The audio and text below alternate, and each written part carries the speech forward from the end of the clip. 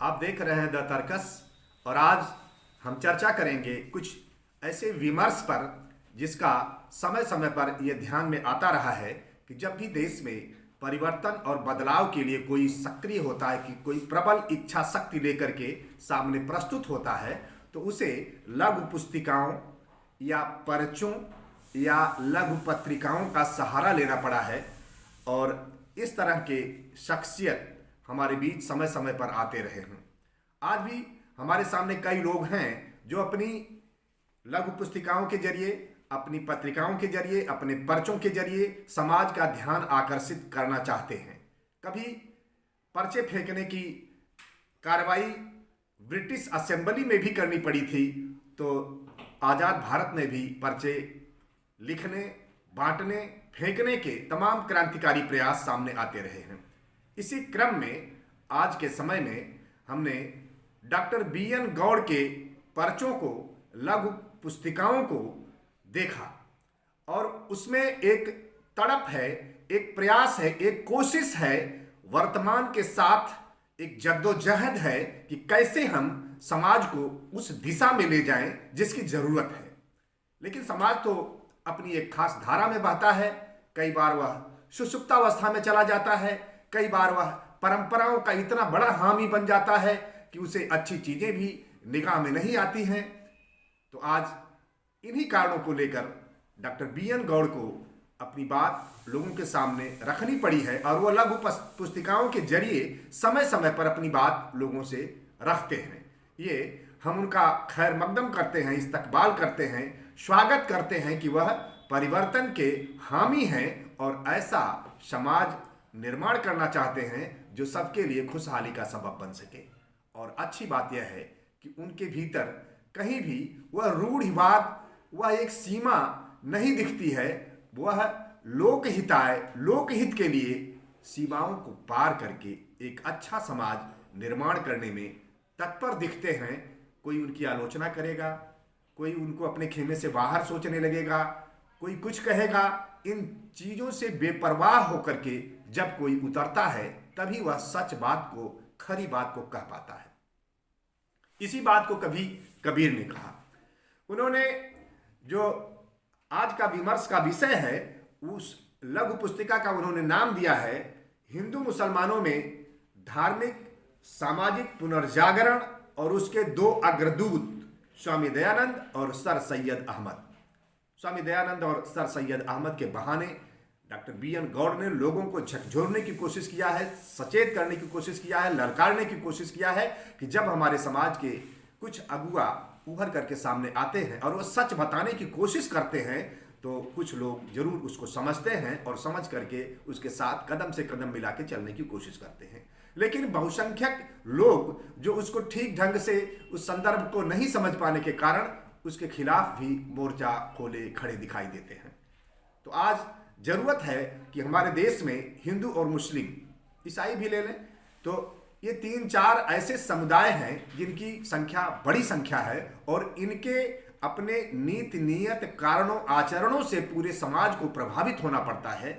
आज सारे समाजों में कहीं न कहीं कुछ ऐसी चीज़ें, कुछ ऐसी रूढ़िवादी, कुछ दकियानूसी चीज़ें हैं जो गाहे बगाहे समय पाकर के फन उठाने लगती हैं और खड़ी हो जाती हैं। और उसके विरुद्ध हमारे समाज में सोचने और विचार करने वाले, बोलने वाले लोगों की कमी होती है। और इस कमी को पूरा करने के लिए समय समय पर कुछ लोग कुछ काम किए हैं, लेकिन वह नाकाफी रहे। अभी इसके लिए व्यापक जरूरत है और वास्तव में इन दोनों समुदायों में, हिंदू मुस्लिम और सिख ईसाई भी कहें, इनमें एक व्यापक पुनर्जागरण की जरूरत है। और मैं तो कहूँगा कि एक राष्ट्रीय पुनर्जागरण की जरूरत है जहां इन सब को मिलकर काम करना पड़ेगा। और डॉक्टर बी.एन. गौड़ की चिंता यही है, वो चाहते हैं कि एक ऐसा साझा मंच हो जिसमें सभी समुदायों के लोग ईमानदारी से, नेक नियति से, सहिष्णुता के विचार रखते हुए, एक दूसरे के प्रति विद्वेष को दूर करते हुए कैसे एक अच्छा समाज बना सकें, इसके लिए प्रयास करें। और ऐसा एक साझा मंच अति आवश्यक है, लेकिन उसकी कमी आज दिख रही है। तमाम लोग, चाहे हिंदू हो या मुसलमान हो, वह चमत्कार को नमस्कार करने लगते हैं। चमत्कारों पर ज्यादा उनको अच्छा लगता है। ये नहीं समझ पाते कि पूरी दुनिया के सामने हम चमत्कारों को प्रस्तुत करके कहीं न कहीं अपनी वैज्ञानिकता, तार्किकता और जिस तरह से समाज को विकसित होना चाहिए, प्रगतिशीलता को हम कहीं न कहीं बाधित करते हैं और अपने चेहरे को जो एक सशक्त, प्रभावशाली उभर करके आना चाहिए, उसमें कहीं न कहीं हम समस्या पैदा कर देते हैं। तो आज डॉक्टर बी.एन. गौड़ के बहाने हम सभी को ये बात करने की, सोचने की, समझने की जरूरत है कि कैसे हम इस देश को एक बेहतर राष्ट्र की तरफ ले जाएं। बड़ी हिम्मत किया है बी.एन. गौड़ ने, वाम विचारधारा से आते हैं, लेकिन उन्होंने अपने मंच का नाम सुंदर सा नाम दिया है, राष्ट्रवादी जनवादी मंच। राष्ट्र का नाम आते ही तमाम वाम विचारक ये मान लेते हैं कि यह मुसोलिनी और हिटलर का राष्ट्रवाद है और जो दुनिया के लिए घातक है, नस्लवाद उसमें है, वो एक दूसरे के शोषण और एक दूसरे की से नफरत, एक दूसरे की शिकायत पर टिका हुआ है, एक दूसरे की निंदा पर टिका हुआ है। इन चीजों का समन्वय करने का साहस युग में समय समय पर कुछ लोगों में आता है और आज जरूरत है कि इस देश के युवा पीढ़ी के लोग, तमाम नौजवान, तमाम चिंतक, तमाम बुद्धिजीवी अपने उन खेमों की, उन दीवारों को ढहा करके एक नए भारत के निर्माण के लिए साहस के साथ उतर आए। आज तमाम ऐसी समस्याएं हैं जो हमारे इन्हीं खेमेबाजियों के नाते बड़ी समस्या बनकर के खड़े हो चुके हैं। आज तमाम ऐसी बातें हैं जिनको सच बोलने का साहस न तो हिंदू कर पाता है खुल करके और न मुसलमान कर पाता है। और कई बार कुछ लोग जो अपने को बड़े चालाक और चतुर समझते हैं, वो हिंदू भी हो सकते हैं, मुसलमान भी हो सकते हैं, तो उसमें हिंदू मुस्लिम की कुछ तरफदारी की बात करके वाहवाही हासिल करता है, तालियां बटोरता है।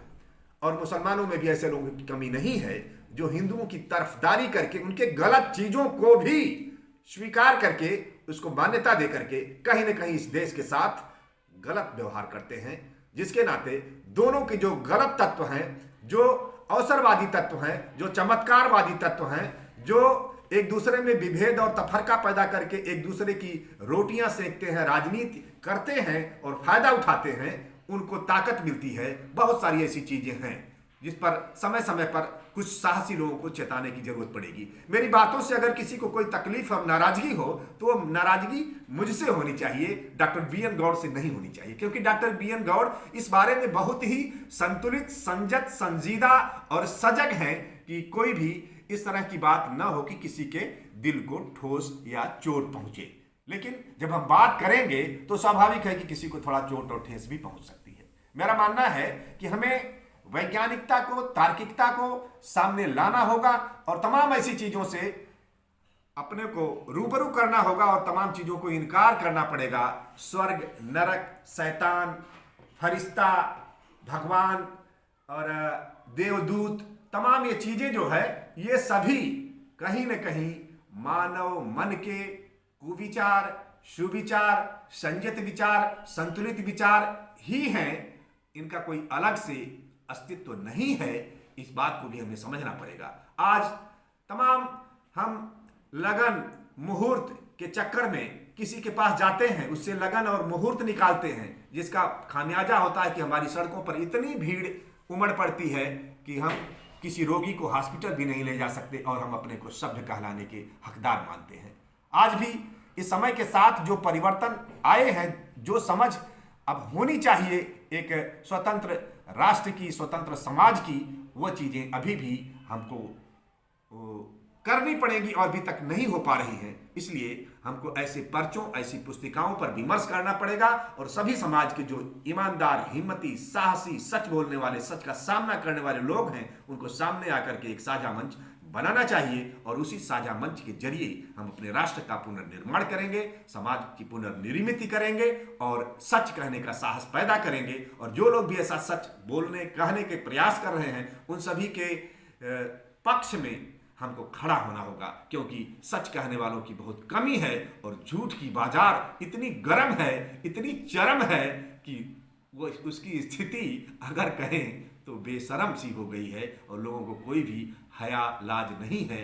लोग पहले कहते थे कि मैं झूठ कैसे बोलूं, मेरे पास बाल बच्चे हैं, परिवार है, लोग हैं, मुझे इस समाज में रहना है, मैं झूठ कैसे बोलूं? और आज लोग कहते हैं कि मैं सच कैसे बोल दूं, क्योंकि मेरे पास बाल बच्चे हैं, समाज है, मुझे इस समाज में जिंदा रहना है। और तो और एक बात लोग बोलते हैं कि मुझे राजनीति करना है। इस राजनीति ने इस गंदगी की दरिंदगी को इस कदर बढ़ाया है कि लोग, एक ग्राम प्रधान का चुनाव लड़ने वाला भी कहता है कि मुझे चुनाव लड़ना है, मैं सच कैसे कहूं, मैं झूठ को झूठ कैसे कहूं, सच को सच कैसे कहूं। हालात यहां तक पहुंच चुके हैं। ऐसे में हमारे ये पर्चे, हमारी ये लघु पुस्तिकाएं एक कैप्सूल बन करके हमारे समाज के कैंसर को, वैचारिक कैंसर को दूर करने के लिए, प्रयास करने के लिए एक जरूरत है। और इन जरूरतों के लिए हमें उतरना पड़ेगा और इस चर्चा को आगे बढ़ानी पड़ेगी। हम फिर मिलेंगे, आपसे फिर बात करेंगे और फिर किसी बीएन गौड़ की बात को लेकर आएंगे, फिर किसी कैप्सूल को लेकर आएंगे। धन्यवाद।